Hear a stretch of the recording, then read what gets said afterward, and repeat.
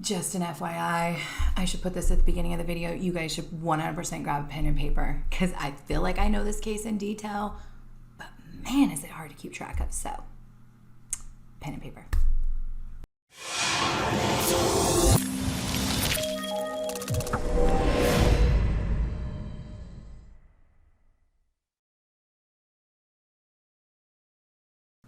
Hey guys, it is Melissa and welcome back to my channel. If you are new here, my name is Melissa Ellen and I do true crime videos. My intention is to raise awareness on missing persons and unsolved cases. So if you are interested in true crime and awareness and all things like that, then make sure you hit the subscribe button down below. I truly do appreciate it. Thank you guys from the bottom of my heart. So today's case, we are going to be talking about Lori Vallow and Chad Daybell, but that's not my focus. We're going to talk about them the most, but my focus is going to be talking about Tylee Ryan and JJ Vallow. I'm going to talk to you about these two beautiful children that are missing. They're missing right now. And when I tell you this whole story about how crazy it is, everyone I talk to, there's like, oh, how old is that case? And I'm like, it's right now. Right now. It is so crazy. They are considered endangered, and I think that is the most important thing, that we know that the police department is considering them to be missing and endangered, which means they're 100% possibly out there and we need to find them. So I want to share this with you guys and hopefully do my damnedest to put this in chronological order for you guys in a way that makes sense. I feel like I know the case very well. I spent this entire week fact checking everything I could. So if there is a mistake, please just leave a comment down below. I'll keep checking. I will pin the comment. If it's an update, anything that comes out, I will make sure it is down there for you guys. My email address is also in the about section as well. So thank you guys again, and let's go ahead. And remember, the main focus of this is to bring awareness to Tylee and JJ, and we're going to talk about this crazy story and just try to keep it factual, and then I'll give you guys my opinion at the end. Thank you guys. So in order to tell you guys the details of this case, I need to give you everyone involved. So the main person we're going to start with, who is at the head of all of this, is going to be Lori Vallow. Now, Lori and Chad Daybell are married now, and Chad Daybell is a very big part of the story, but they're recently married. So I'm going to start back with Lori's story because she is the mother of Tylee and the adopted mother of JJ, and those are the two children that are missing. So Lori is 46 years old. She has been married 5 times, and her first marriage appears that it was straight out of high school, and it was short. There's not a lot of information. It wasn't something she discussed again. Her second husband was a man by the name of William. I'm not going to put too much on him because he's not currently in any way involved in this case. William and Lori were married, and they had a son by the name of Colby. Colby is involved because he has currently made YouTube videos encouraging his mother to come forward and give information on his brother and sister. So Colby was born to William and Lori. They divorced, and with their divorce being finalized in 1998. Lori then went on to marry a man by the name of Joseph Ryan. Now, this marriage took place in 2001. You're getting the fact that this all happened very quickly. She is now in 2001. She's already on husband number 3.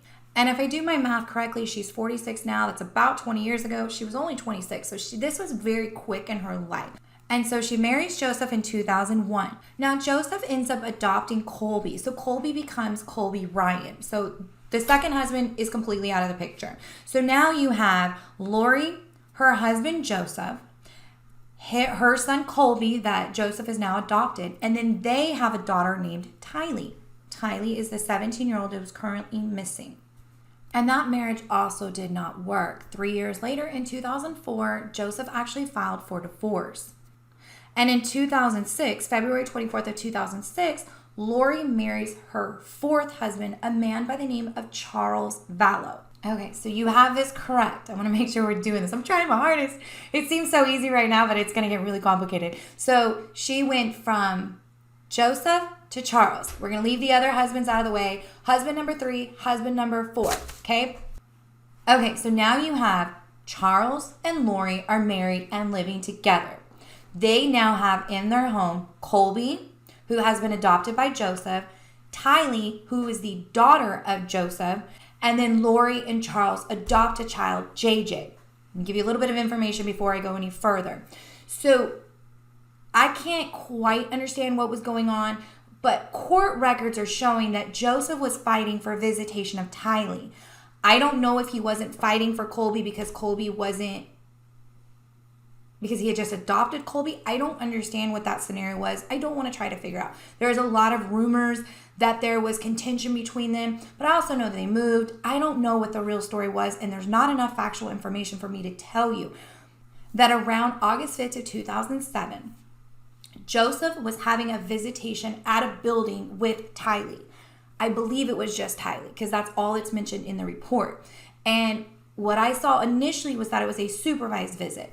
I also saw that they were arguing over visitation, so this was an exchange point. Whatever it was, he was still having visitation with Tylee at this time. And this was in 2007, after the divorce and after she's married Charles. And so on this date, Joseph is leaving his visitation. He's walking out to his car in the parking lot and he sees someone sitting under a tree.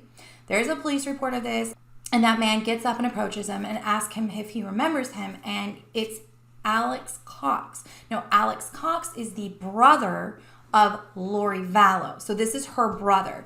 Now, Alex comes into this story in several different instances.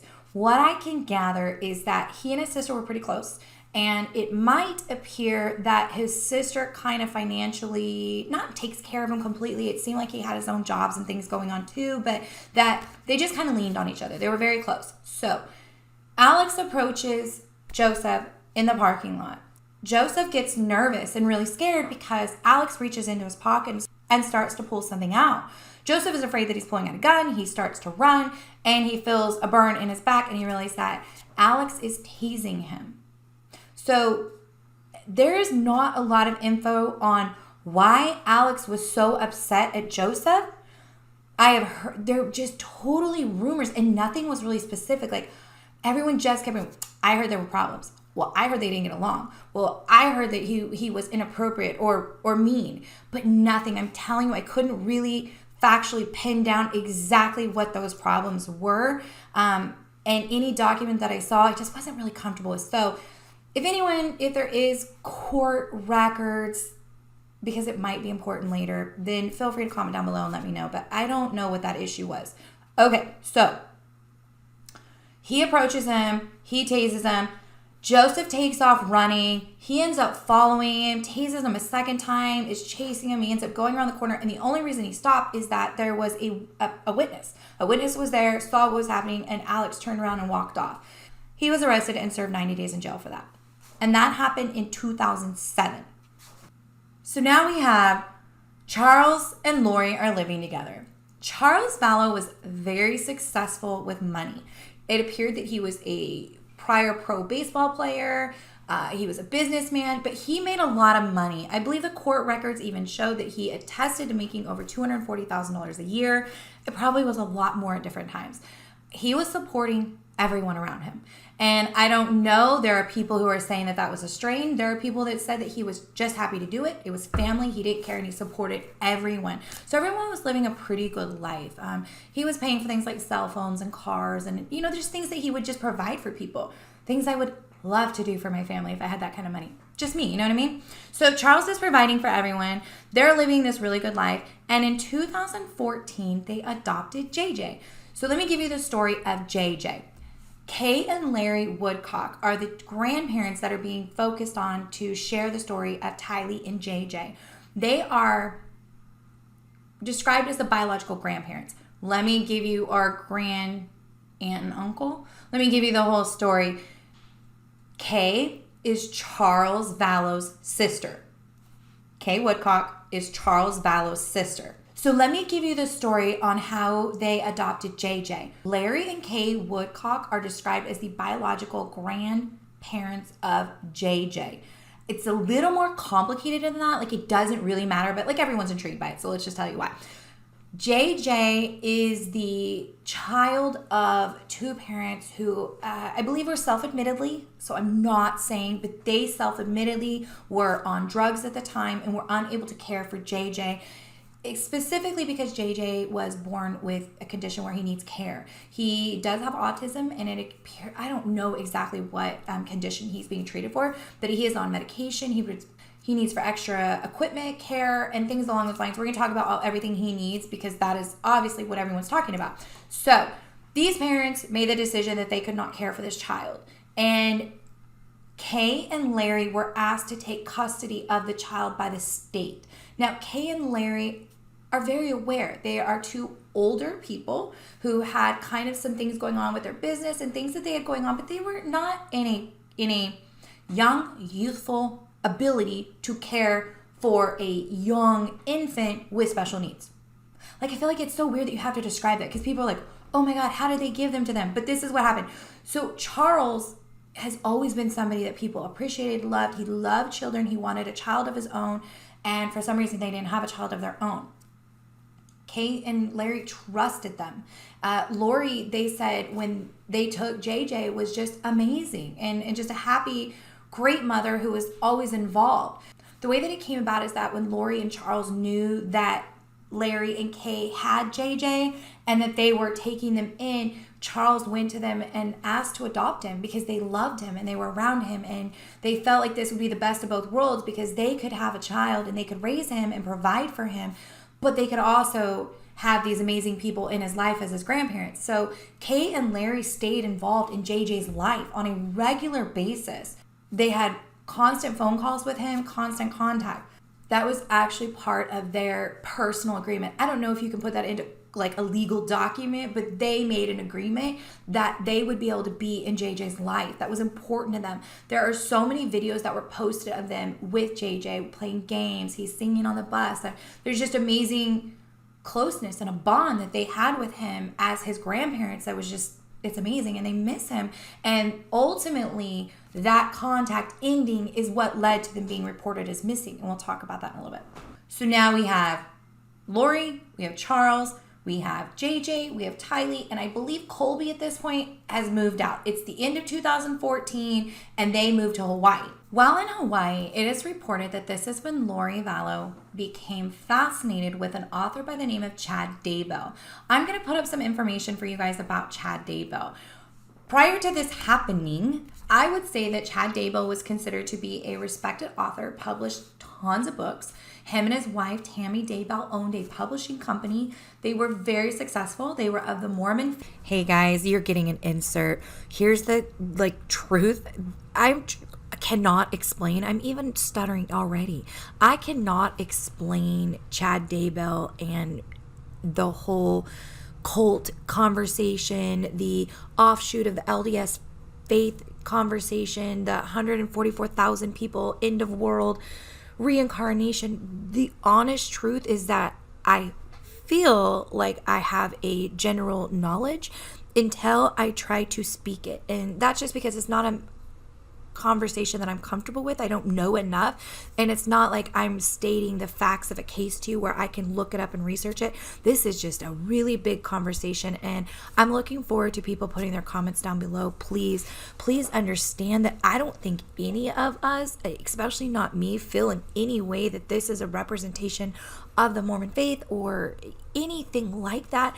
I really truly feel if this is even a cult, I don't even know if you could say that, because I honestly think that you just have some radical thinkers who started with some faith-based thinking and it turned into something. And I truly believe that it is starting to come to light that these are radicalists, and that's just my opinion. So I want to show you Chad Daybell's website, what is still available, so that you just have an idea.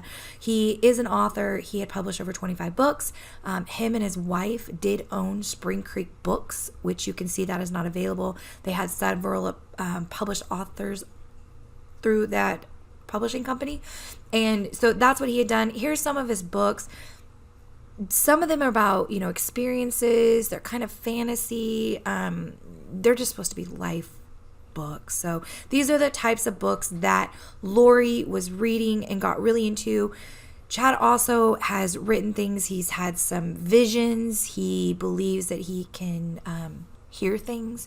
He believes that one time it was reported he was told that he would be moving.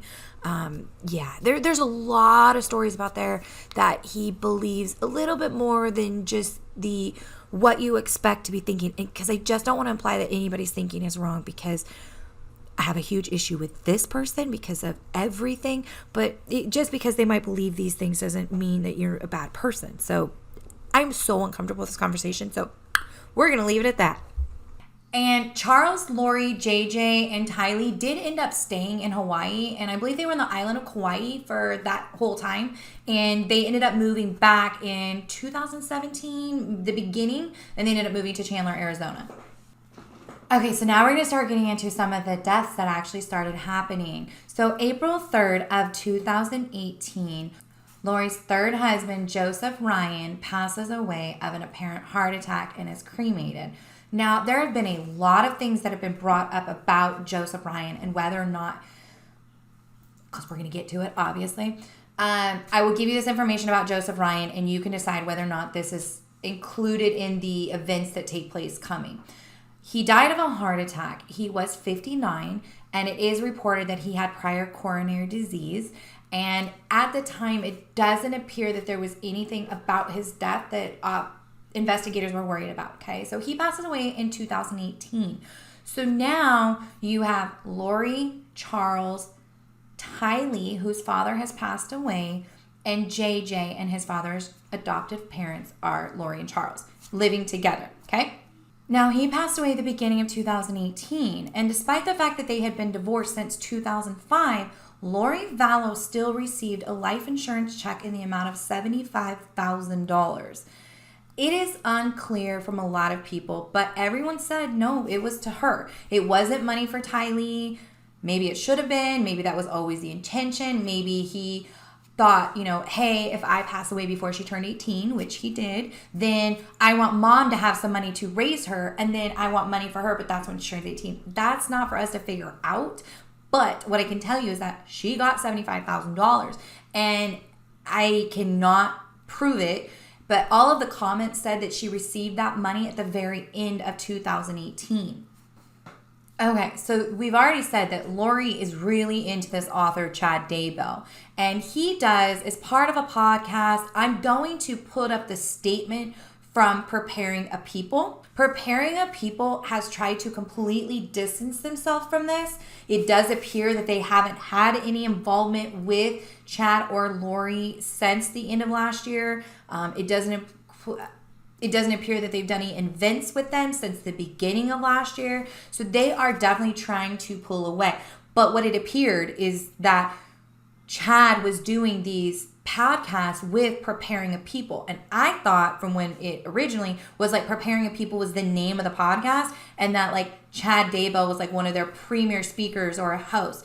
They kind of put it as they were just guests here and there. Anyways, Chad Daybell and Lori Vallow end up doing a podcast together. They did more than one, but the first one they did was on December 5th of 2018. And this was called Time to Warrior Up. So now here we have Lori. She's received $75,000 from the death of her third husband. She's obsessed with this author, Chad Daybell, and on January 30th, Lori disappears. So this was January 30th of 2019. She disappears, like just takes off. Her family has no idea where she's at. During this time, Charles is receiving some contact from Lori, and I'm going to go ahead and put up right now the document that he filed in court, just basically asserting all of the claims that he had against Lori and for his safety and his fear. And I'm going to save your guys' eyes. Obviously, you're not going to be able to see this as well as it is on my screen, and it's written in a way that's a little awkward at first. Mother is Lori and father is Charles.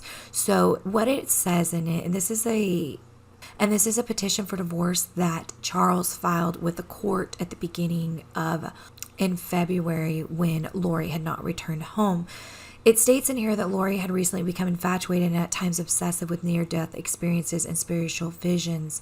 It states in here that Lori told Charles that she is sealed, eternally married to the ancient Book of Mormon, Prophet Moroni, and that she lived numerous lives on numerous planets prior to this current life. She had also told Charles that she believed she was married to James the Just in a past life, and that she had also lived as Mary the French in the 1800s, who was Joseph Smith Jr.'s natural grandmother. She had also informed Charles that she was a translated being who could not taste death, that she was sent by God to lead the 144,000 into the millennium. She said that she believed she was receiving spiritual revelations and visions to help gather and prepare those chosen to live in the New Jerusalem after the Great War, as prophesied in the book of Revelations. So I know, I'm sorry, I'm going kind of fast. But what had happened was on January 29th, they had a phone conversation and they had separated after. So they had a phone conversation and he was out of town on a business trip. And Lori is telling Charles that she was assigned by God to carry out the work of the 144,000 at Christ's second coming in July of 2020. And that if Charles got in her way of her mission, she would murder him. The next day when Charles was on a business trip in Houston and they were on the phone, she kept referring to Charles as Nick Schneider instead of Charles. Charles asked her who Nick Schneider was, and Lori told him that Nick was Charles's real name. She was telling Nick while on the phone that that was his real name because somebody named Nick had killed Charles and taken over his identity. Can you imagine if you're on the other end of the phone call as Charles? This is obviously why he ended up filing his petition. It freaked him out. She went on to say that Nick had killed Charles and had taken his identity, and that Lori was warning Charles that she was going to kill him when she got home. Lori told Charles, I'm going to kill you when I get home, and I have an angel there that's going to help dispose of the body. Just remember that, okay? You have an angel there to help dispose of the body. She also mentioned that she could not trust Charles, and that she would not only kill him, but she was going to destroy him financially. Now, on March 28th of 2019, Lori comes home. She's like, hey, I'm back. Hi. It's not a good situation. But she comes back and she's basically telling them what she learned. And as you found, she has basically told Charles that he's been taken over by someone else and that he has to be killed. Can you imagine just living in that fear of being with somebody who's thinking these crazy things? For some reason or another, though, Charles does drop the divorce proceedings. My only thought is that I can only imagine if, like, your spouse that you've been with, that you love, because everybody said that he loved her and he cared about her, starts saying completely irrational things. Your first thought isn't, I'm going to leave them. Your first thought is, I'm going to stay with them and help them. I love them. I care about them. Something's not right. And that's the only thing I can think is that Charles was like, whoa, something's not right with her. Like, she's saying things that I believe are not correct for her. These are not things that I expected her to be saying. So obviously, that's why he doesn't want to proceed with the divorce. That's just my guess. Okay, so at some point, Lori returns. Now, I have that, what I found is that she returned the end of March, but I also have that Charles dropped the divorce proceedings the beginning of March. Whatever, however, happened, she does return home and Charles does drop the divorce proceedings, but they're not back together. He's actually living in Houston and she's living in Chandler, Arizona. Charles is paying for both houses because a lot of questions, people will come up and be like, how did she have such a nice house, blah, blah, blah, blah. She was a hairdresser prior. That's not what she was doing anymore. Charles was supporting everyone. That's the kind of person that he was. He had a lot of money. He took care of everyone around him. So he's living in Houston. She's living in Chandler, Arizona, and she has JJ and Tylee with her. They've dropped the divorce proceedings, so there's no custody battle going on at this time. But he's still only having visits with JJ. So according to, while Charles had been living in Houston, or was technically living in Houston, he was looking for a new home in Chandler. In fact, he had an appointment with a realtor who was going to show him a new place. I believe he was just looking at apartments or a house. He's staying in a hotel. She's staying at the house. He's looking for something new. They're kind of figuring it out. So on this morning, Charles has been staying at the hotel. He comes over to Lori's house and he's there to pick up JJ. I don't know if he was taking him to school. It's July 11th. Everyone has gone online. I've looked in so many groups and everyone's trying to figure it out. They can't figure out how he was at school on July 11th. Even with the charter schools, even with the early summer schedule for some of the schools, it's very confusing what he was picking him up for.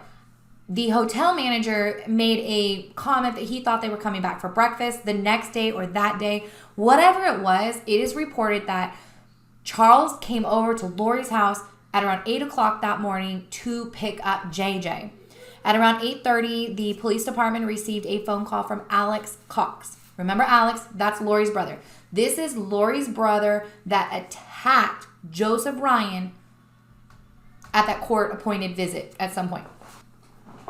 Okay, so I just listened to this 911 call, and I don't know yet if I'm going to be able to include it, so I'm going to explain it to you guys. So Alex calls into 911, and he explains that he has just shot his brother-in-law. The 911 dispatcher asks if the person is breathing. He says no. He asks where they've been shot. He says in the chest. Of course, they're not going to ask questions like why, because they're trying to worry about the patient first. And they ask if he would like to give CPR. He says no, he doesn't know how to. They explain that they will help, and he's like, okay, sure. It does appear that they walk him through how to do CPR. He is attempting to do CPR. He says he's asked when this happened. He said about 5 minutes ago. He is asked if they were arguing, and he says yes, they were. When asked if there was another weapon, he says that Charles swung a baseball bat at him. Okay. According to the police report, when police arrive, I've also seen there is the officer's body cam footage available as well. If I can include it, I will. If not, Justin Lum is the local reporter there that is handling this case, and I'll link his Twitter for you guys. He keeps getting just amazing information, and so far his reporting has been really good from what I've seen. And so he has a lot of this information. I will link his Twitter for you guys so that you can keep getting these, because a lot of these documents came through him. So in this body cam, you can see that officers come in, and the house is like, it's huge. I'm going to put up pictures of the house because I don't know if I can show the body cam. So I'm going to put up pictures of the house, and you can see this big living room, and it's huge and it's beautiful, right? In these pictures, this is pretty much how it looked when they got there. There's like no furniture in this entire room, and Charles was laying right here on the floor. So here's what the police report, and we just got this information a couple days ago. So this is another updated info that people were looking for. On the report, it says that when Charles arrived at the house, him and Lori got into an argument. That argument started to get physical. Tylee got a baseball bat and came in to defend her mother. And I should mention that one of the questions they asked him twice. Are you the only one there? Is there anyone there with you? And both times he clearly just says no. Like, he doesn't say like not anymore or whatever. He says no. But according to the report, Tylee came out of the room with a baseball bat and to defend her mother. Charles then took that baseball bat and started to swing it and ends up hitting Alex Cox on the back of the head. Alex Cox then goes into the room in which he was staying. They do show this. It's so weird because I was confused. I don't know if they're moving in, moving out, getting new furniture, but like, they have mattresses, but they're all on the floor, except on the other side of the house. It's like a big split wing. Lori's like master bedroom was like beautifully done and decorated and like all this stuff. But then like on the other side of the house, we saw two bedrooms, and there's just like mattresses on the floor. But apparently we didn't see JJ's room. I just want you guys to know this. I was looking into it because I was curious too. It shows this house, and it's almost empty, except for on one wing of the house where it had a living room that was set up, the kitchen was set up, the master bedroom set up. There's a bedroom we don't see. I'm guessing that's JJ's. This completely empty, like, foyer room, like living room, it's just empty. And then there's at least two bedrooms that just have mattresses on the floor. And then a bunch of stuff on the ground. So Alex is staying in one of these rooms. He goes into that room. It's actually the room that's painted blue. He goes into that room and gets his gun, which is a .45 pistol that is registered to him, and brings it out. And he says he threatens Charles with the weapon, and that Charles came towards him with the bat in an aggressive manner, and in an act of self-defense, he shot him at least twice in the chest. In the dash cam, though, not dash cam, in the body cam, it's very clear that it was not just two shots. There was like 4 or 5. maybe only 2 at the chest. They're talking. You can hear the EMTs and they're like, what, 4 or 5 shots? They keep saying 4 or 5 shots. And at this point, it's very unclear what happened in that house. He says when he called that it had been about 5 minutes since he had called. In that time, they do ask eventually, where's Lori? And he's like, I don't know. She took her son to school. He doesn't mention she has Tylee. He doesn't I don't know. I believe the dispatcher didn't ask more because I think she was assuming that Lori was gone the entire time, that there was no one else ever there. But then when police get there, they get this supplemental report that evening that says, that Tylee was defending and that Charles was using the bat. He also said in the recording of 911 that was the maddest he'd ever seen Charles. He'd never seen him that aggressive. So I know you're curious, right? You're like, police have got to be losing their mind. They're like, what? This doesn't make sense. They're listening to the 911 call. They're getting the report. And then they have to run his record, right? So then they have to see that he served time prior for assaulting, and they have to see that it was another one of her husbands. But the case was dropped as a matter, well, it depends on who you ask. Everything said it was dropped, but then now it says that it's an open investigation. So I think it had been dropped, and now they opened it again. Okay. So now you have Lori, daughter Tylee, son JJ, okay? And they are living in the home in Chandler, Arizona, and Charles has just passed away. The landlord at the house that they're renting, this house that this happened in, did make a request that they go ahead and move out. Obviously, a murder just took place there, okay? And the house is for sale now, so I'm guessing that's why. And they go to stay with Alex Cox, the brother. Now, I don't know if it had to do with him going to stay with the brother or what has this to happen, but at that time in July and August, they ended up returning JJ's service dog. So JJ had a service dog by the name of Bailey. So it was with him all the time. This dog had a special collar that was designed to work with his apps to help him soothe him. We've all heard these amazing stories about technology that's out there, and this was one of these situations. He had this dog that was with him that helped him and soothed him and took care of him, that had the special collar that could alert if he needed something. And Lori returned the dog back to the shelter where they bought him from. By the way, I just want to be clear. I know to everyone else that makes them think oh my God, something happened to JJ. I'm hopeful. I am truly hopeful because I'm hoping that if something happened to JJ, that they wouldn't be so bold to return the dog. So I'm hoping that she's just I don't need this dog right now in this city. I'm going to get a new dog.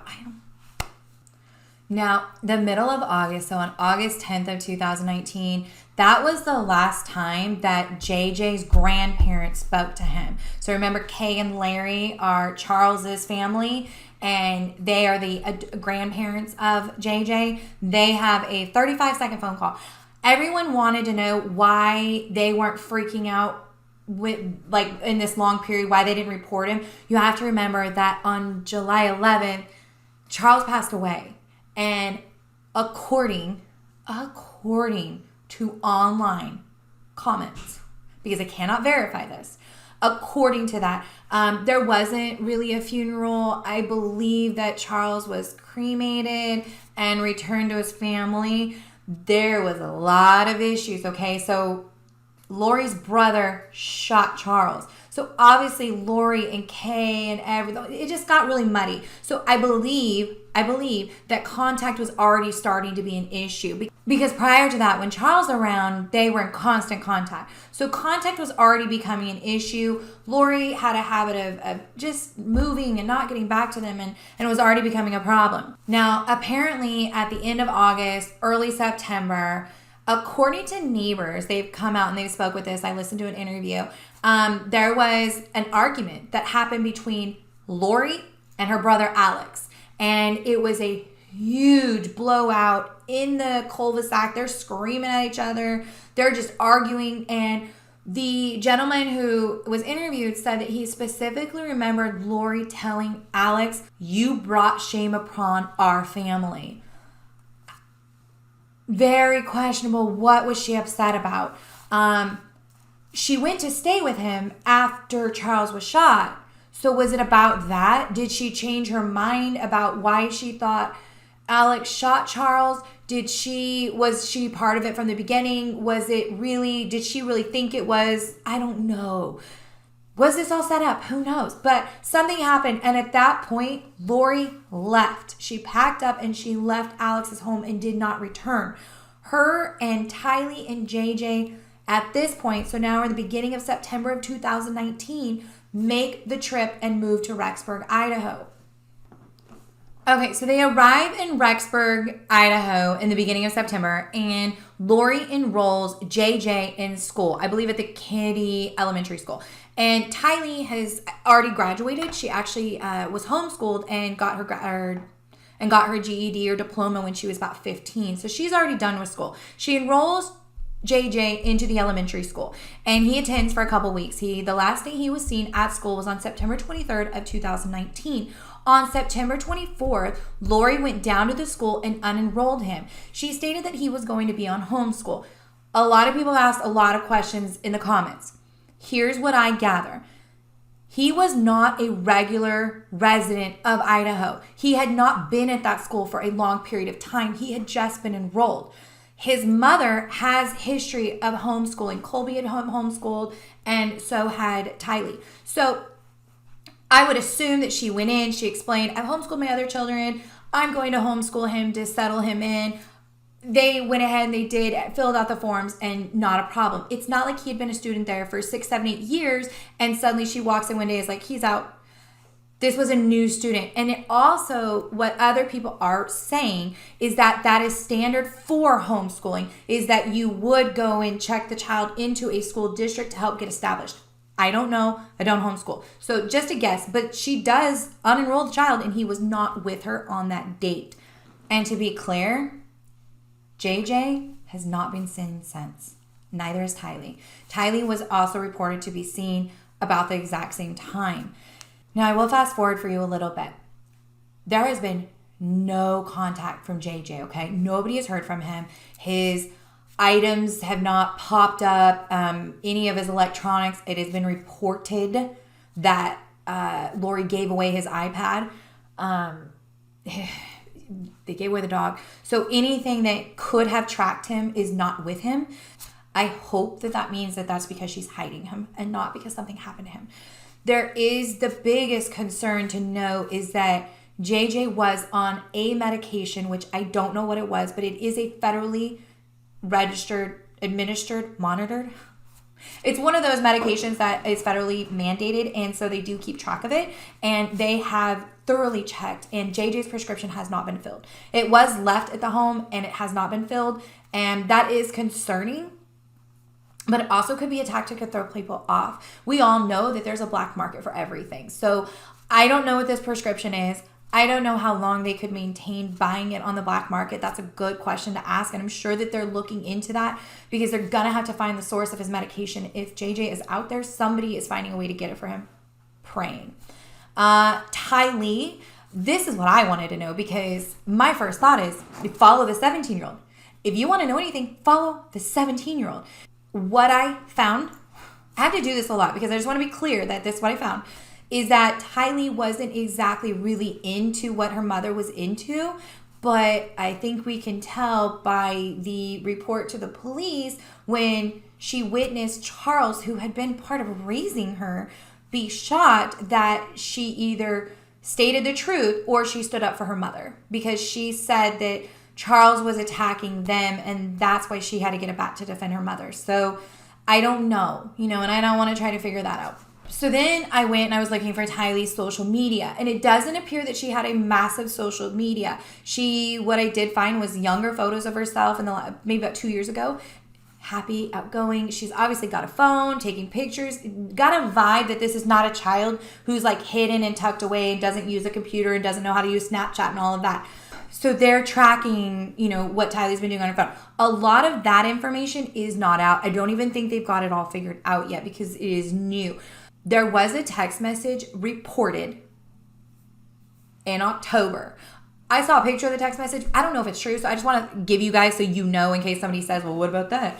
Yes, it is reported that a friend of hers received a text message from her. It is reported that the text message that the friend sent her a message like, hey, I haven't talked to you in a while, I miss you. And Tylee responded with basically the exact same thing. Hey, I miss you too. Or how are you? I had to check my notes. I can't find it. The text message back was something along the lines of, I miss you too. But the problem is that it was a little longer and every word was written out and there weren't emojis. And the friend felt like their typical conversations that Tylee would have responded back with a lot more information. And that didn't happen. That has not been publicly like verified, but that was out there in case somebody was wondering about it. Now, there was activity on Tylee's phone though in October. Tylee had a Venmo account. This is very confusing. Okay, here's the deal. Colby is the son of the second husband who's completely out of the picture, who was adopted by the third husband, Joseph Ryan. So Colby's adopted dad, Tylee's real dad, is the one that passed away in April of 2018. According to Colby, he was not really that close to his mother, Lori, over the last couple of years. It wasn't that they didn't talk and they weren't involved in each other's life. They just weren't that close. Colby had moved away. He had a new, I believe she's his fiance or wife, and a new baby. And he just kind of had a lot going on. And then his mother was kind of dealing with these retreats. She was traveling. She was caught up in this group that she was involved in. But it does appear that Lori was sending money to Colby on a regular basis, okay?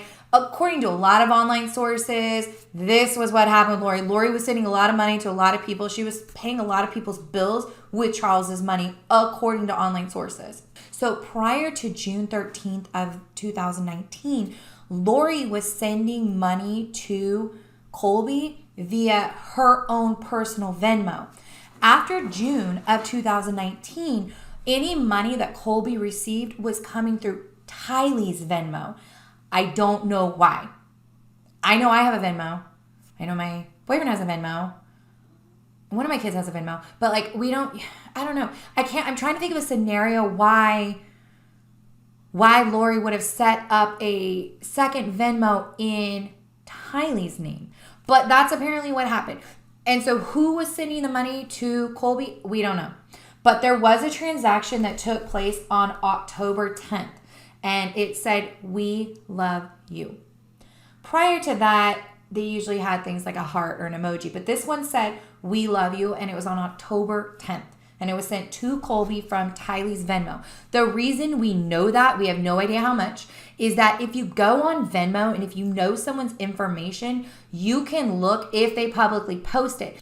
I've been trying to do my best to keep this chronological for you guys, and I'm really grateful because there were 3 different people online who had already made like these chronological, and I just kept putting them together and putting all my notes in, and like I really appreciate that, and I want to use that going forward. So I appreciate to those people, and I wish they had put their names, but it was just posted on different groups and stuff, so it was really good. We're gonna add another person to this story. Lori has a niece by the name of Melanie. And Melanie was married to Brandon Brito. I hope I said that right. I'm not saying it again. So Melanie and Brandon are married. I believe it said for 11 years. And I believe they had 4 children. I believe only 2 are minors now, if I'm catching on. But anyways, they're married. They have children. They're happy. Life is wonderful. Oh, they're just wonderful. Everything's great. Lori's involved with this group and they're going on retreats. And she gets her niece, Melanie, to join her. Melanie comes home in June of 2019 and tells Brandon it's time for a divorce. So Brandon is completely shocked. He literally did not even know what to think. Eventually, he ends up moving out. They end up going through with the divorce, and he gets his own apartment. Moves into this apartment. Next morning, he gets up. He takes his kids to school. He comes home. He's pulling into the driveway, and a Jeep pulls up behind him and starts firing. He is able to throw it into reverse and skirt backwards, and they go, the Jeep takes off and he takes off, and he obviously goes to the police department. It's like, somebody just tried to shoot me. They end up investigating this, and they end up pulling the video surveillance from people in the area, and they find that the car that pulled up behind him to shoot at him was a Jeep that was registered to Charles Vallow. Now, this Jeep was actually Tylee's Jeep. Remember though, okay? Tylee hasn't been seen in weeks at this point. Nobody knows where she's at, but her car is at the house, presumably. They pull the surveillance. I can't find it. Please, if anyone gets it, when it does come available, link it below. But according to online, the person driving looks very similar to Alex Cox. You know, same guy. It's been worried about. Random. I was actually listening to Gray Hughes. He always does very long, in-depth lives, interviews, and with different people. And so he always has a great depth of information. And in one of the interviews, there was another member of Alex's family who had passed away. I want to say it was sister, but I'm not really sure now. And that person had passed away. And that, not that Alex did it, because this person died of a diabetic shock, but that Alex was at home using this person's credit card while it was happening. So it does seem that he has a callousness. And he has a carelessness for human life.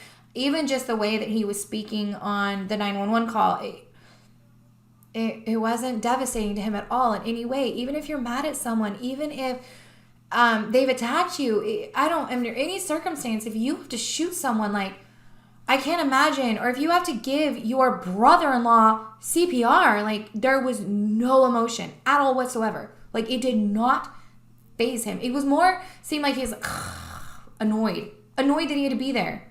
That shooting takes place. They're calling it a drive-by shooting, but it was not just a drive-by. Like, somebody pulled up behind him and was specifically shooting at him. It wasn't just a spray of bullets. Brandon at that point is completely freaked out. He takes his children and they moved away. I believe they're like still kind of staying in hiding until this is all resolved, because there's just something's wrong. And Melanie ended up, within a couple of weeks of their divorce being finalized, ended up marrying reportedly another member of this group. I don't even have a name for them anymore, because I don't know if they're preparing people, if they're what they are, but they're this gathering, this collection of people. Okay, so the shooting with Brandon took place on October 2nd of 2019, and that was in Gilbert, Arizona. Now, on October 9th of 2019, we're getting ready to get into the Daybell story. So we're first going to start with the first thing that happened with Tammy. Now, Chad Daybell, so he's the writer, right? He is married to Tammy Daybell. Now, they were married back in 1990. They have 5 children. They were happy, in love. They owned this publishing company. By all accounts, they were happy. They were in love. They lived a good life. Their children were happy.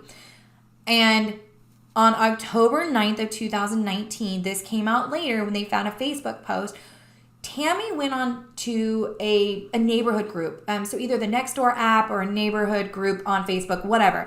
And she posted, hey guys, kind of like a community warning. This man came up to me in my driveway when I was putting my groceries and put a gun up and started shooting at me, but like nothing happened. So I think it was a paintball gun. She said she called the police department. They came out and they're just like, oh, but they thought it was a prank. And so that's what she's like, I was praying, just be careful. It wasn't a prank. It was a misfiring gun. Okay. Wait. It had to have been. We're going to talk about what happened. She's not here any longer. And there's no way that was a coincidence. This was 7 days after somebody shot at Brandon, after his wife left him to be, and then, okay. Moving on. 10 days later, on October 19th of 2019, Tammy Daybell was found deceased in her bed. According to Chad Daybell, he told her father that she had went to bed coughing and like a coughing fit, but she had went to bed and she never woke up. Her father is completely shocked by this. He said she was in complete wonderful health 2 weeks ago when he saw her, and they were completely shocked by this.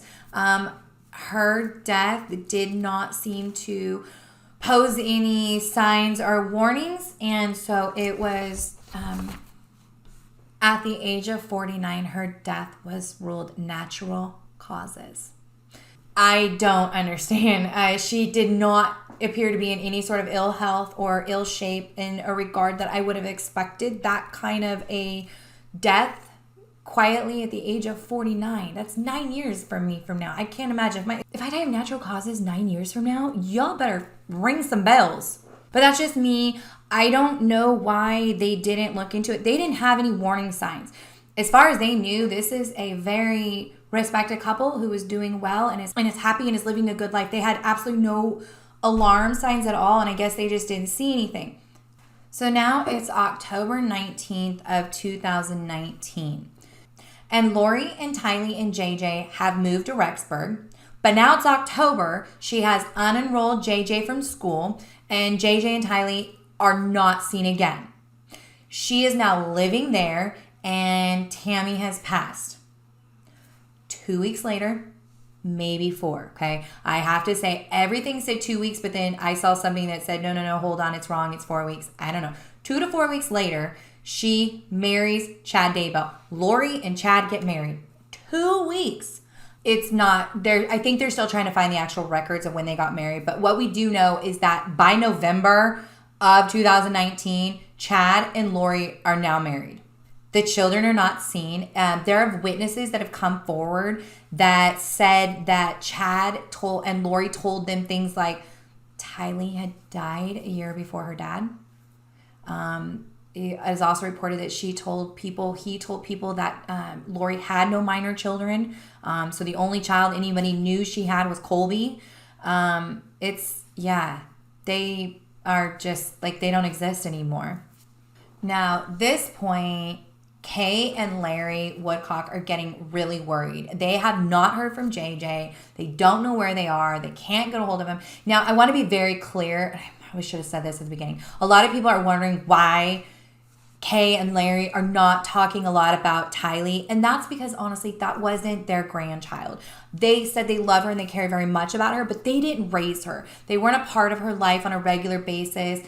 They were part of JJ's life. They were biologically related to JJ. They had JJ in their home with them for 10 months, and they were part of raising JJ as his grandparents. So they care very much about Tylee. They're not close to her. She's not their specific grandchild.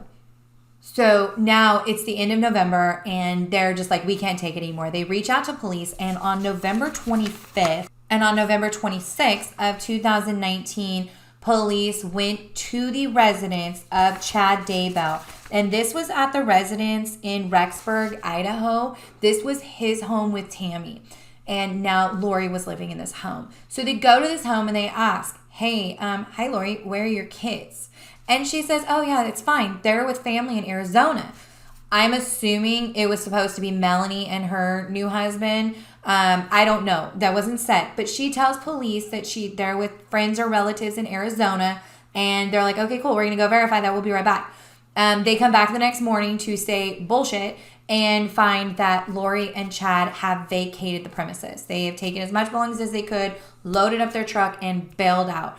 It is important to note that the witnesses from the neighbors said that Tylee and JJ were not with them when they left. In the midst of all of this, so like police came out to their house on November 27th of 2019. I just want you guys to know this is really current. And that's when they were there to search the house and they find out that everyone's gone. So on November 29th of 2019, yes, this is current, police had went back to the home and find that they're gone. Now, November 29th, 2 days later, Alex Cox, who is the brother of Lori, the one that shot Charles, actually gets married to a woman. Hi. Why would you want to be on my video, baby? It's really sad stuff. I know. Okay, so here's the deal. Alex marries a woman in Las Vegas. I'm only throwing this out because I don't know what this importance was, and somebody needs to help me figure it out. Charles and Lori, when they got married in Vegas. Alex, in the midst of his sister's missing, goes to Vegas and marries this woman. I don't know if she has any importance in this case, so I'll just give you her info. The next day, Melanie, remember the niece, she gets married to a man by the name of Ian in Vegas. So like, there's gotta be something, and I know Vegas is a quick, easy place to get married. And I know it's very common, but it just seems, the fact that they both flew out there to get married on that weekend, I don't know, kind of interesting to me. And I also just want to, like, this is crossing my mind. Ian is supposed to be, I don't know anything about him. He is supposed to be a member of this group, whatever this group is. He also just divorced his wife in July of 2019 and then went and married Melanie.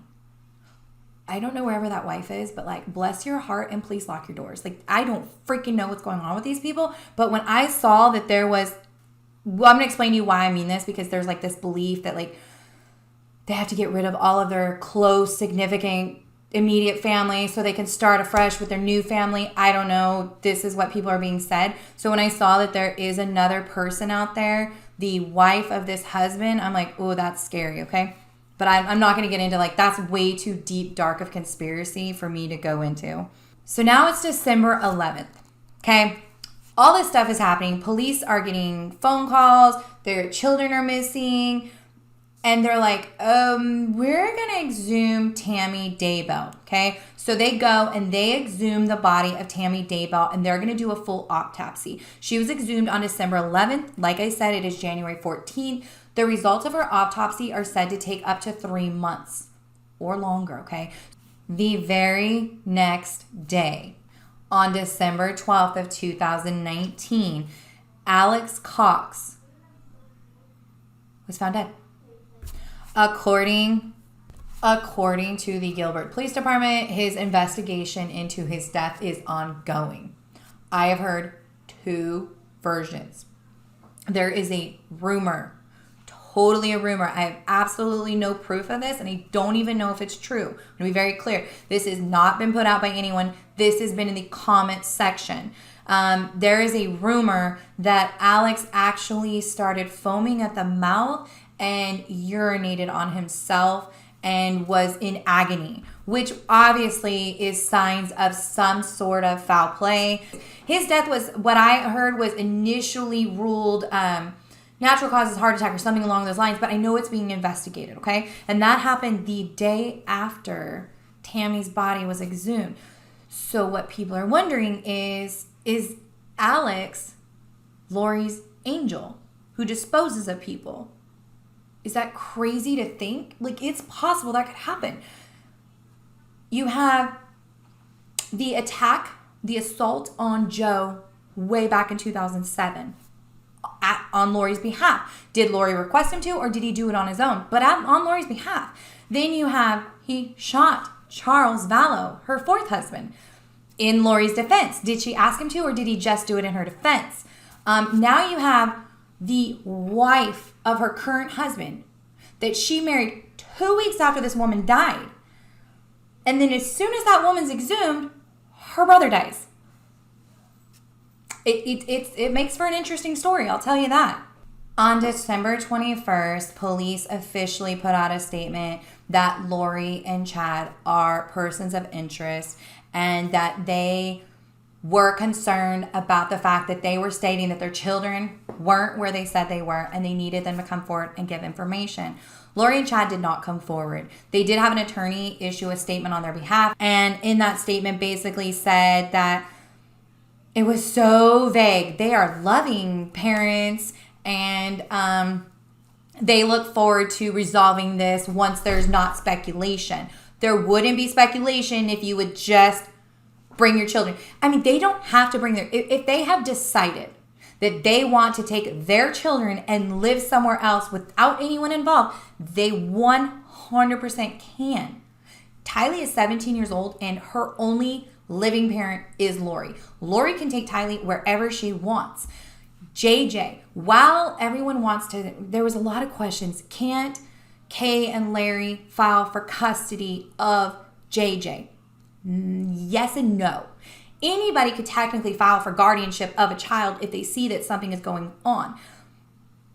And the grandparents' rights it doesn't work here because they're not the technical grandparents of JJ. Charles and Lori are his adopted parents. By all means of the law, they are his parents. The other parents don't exist. So I have seen that the biological mother is really upset over this.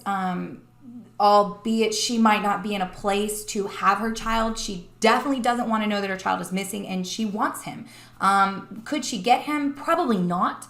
But that's not for me to say. She can definitely help make stake in it. The biological father, same situation. Now, they can file for custody, but in order to do that, you need to serve them. That's not really the way to go. The way to go is, just reporting the children missing, and then they will work through that. Now, a couple of weeks ago, police did state they have no idea. What they are pretty clear about is that they do not believe that Lori and Chad are any longer in the state of Idaho, and that they do believe that the children are in danger and they need to be found. And that's really the most important thing. There are a lot of speculation and belief, and I kind of do believe this. Police kind of know where Lori and Chad is, or they do have a way to somewhat have contact with them, whether that be through someone or something, because it appears they have a kind of idea of a way to contact them, and that's making it very obvious that they don't have the children. And in that contact, it's very clear that Lori and Chad are unwilling to help, and Lori is specifically unwilling to help in locating her children. She will not answer questions, and she will not come forward to help them.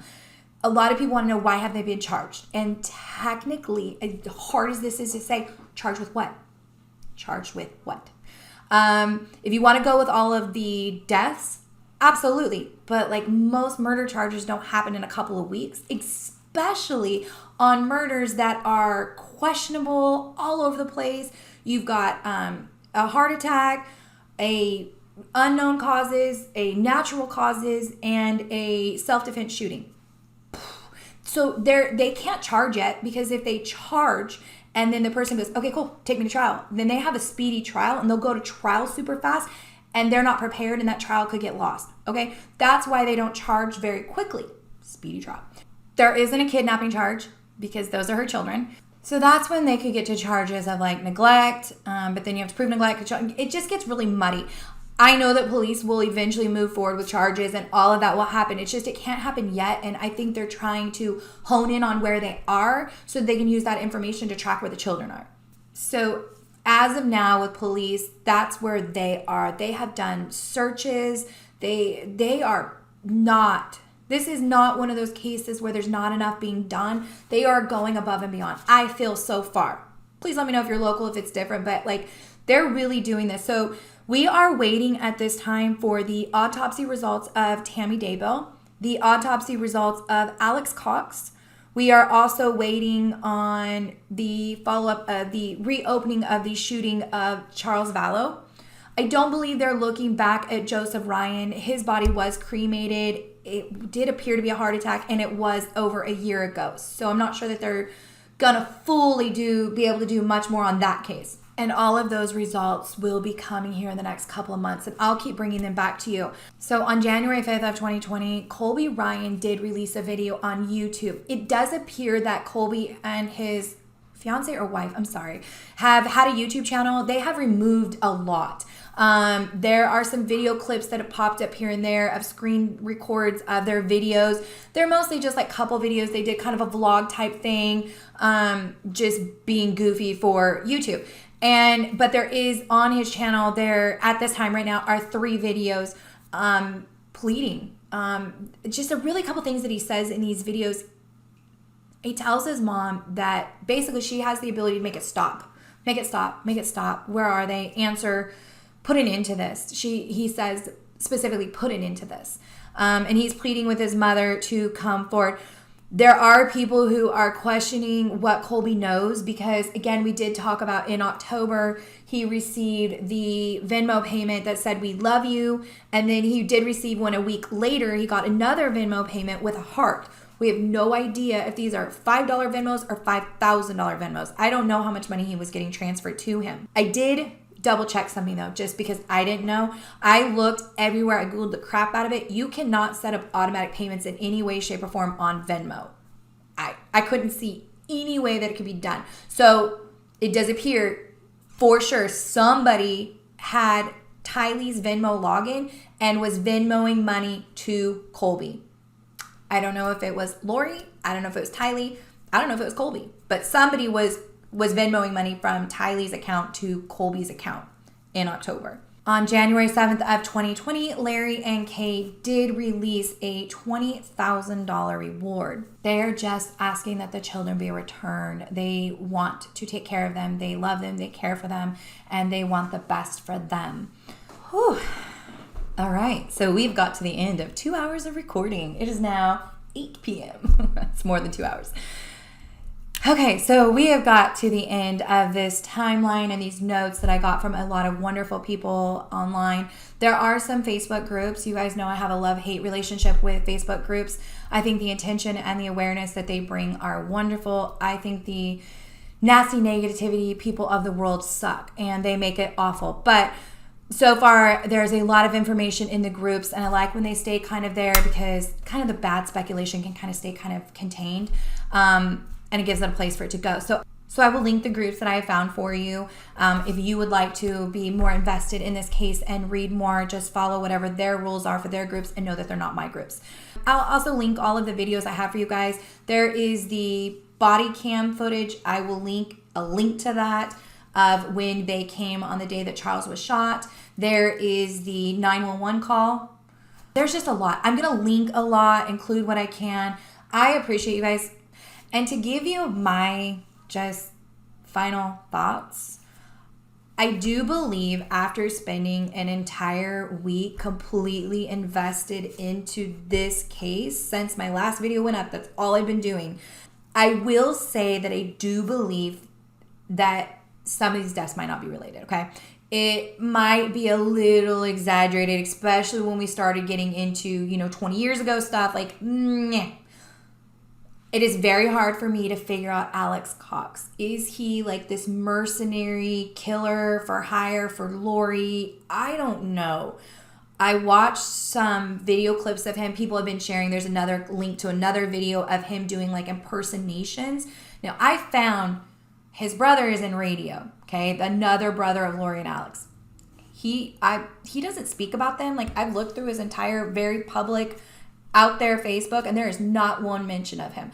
But Alex also was doing something with radio stations, just like his brother, and he is doing some sort of thing where it's a recording, so he's doing voice impersonations, and there's a woman who was interviewed, and I just listened to that, and she said that Alex to her was like just this really nice, outgoing, fun, good person. And so that makes it a little conflicting. Not that one person's, but there were other people who just said he was like this really fun person that they loved and adored. I've seen his family members commenting. That's another thing, just so you know. Lori and Alex's family are completely being quiet. There is a post supposedly from a family member, from a sister, saying that they all completely support Lori. I've also heard that that's a complete fake. I don't know. This is when it starts to get really hard. And I'm starting to think that some of this crap is fabricated and some of it is horribly true. And that's kind of how it goes. Please let me know below. What do you guys think of this? Like, is this possible? Is this really freaking happening? Do we have like the beginning of a cult? I hope not, because according to their beliefs and what I found, they believe that like the world is going to end in June of this year, and that the only people to survive have to be like perfect people. So you're going to get rid of people in your life that you don't consider perfect, and you're going to create like a perfect family. And that's scary. Very, very, very scary. Because are we trying to figure out whether or not Lori and Chad decided that Tylee and JJ were perfect enough for the next world? I think that's what everyone's scared of. So I am 100% praying. I am looking forward to giving you guys updates on this case. I am absolutely praying that they are found. I know that a lot of people believe that foul play has already happened because they have not been seen. There's been no contact with a 17-year-old girl. That's kind of scary. And you have a 7-year-old little boy that needs care and attention, and you just don't know if he's getting it. I hope that Tylee, one of the things that you know is that Tylee was not going to make the move to Idaho. She made the move, according to her friends, because she just couldn't leave JJ. She loved him and she wanted to be with him. I am praying that Tylee is out there right now, has JJ with her, and is protecting him and keeping him safe, and that she has chosen to stay quiet, whether or not it's because she believes what her mother believes and she wants to stay quiet and so she's keeping her brother safe, or she wants to protect her mother so she's staying safe. Whatever it is, I am praying that that is exactly what is happening and that they will let everyone know where they are, because all they have to do is just let the police know where they are and that they're safe. Okay? That is all that matters in the world, is let the police department know that they are safe. The rest of us, we don't matter when it comes to those kids. Their family just want to know that they're safe. And do I think it would be horrible if Kay and Larry couldn't see JJ? Absolutely. But they would be happy to know he's safe. And that needs to happen. It's not fair not to give them that information. If you want to keep the children, you're wrong, but okay. At least let everyone know that they're safe. I don't understand any reason to not. So I think that's all I have for you guys. There's going to be a lot of pop-ups and things for you guys. So I truly appreciate you guys being here with me. Thank you again from the bottom of my heart. I say this at the end of every one of my videos. Hug your babies. Hug your loves. Life is literally precious. Enjoy every minute of every day. I love you guys, and I'll see you in my next video. Oh, crap. That's the battery dying.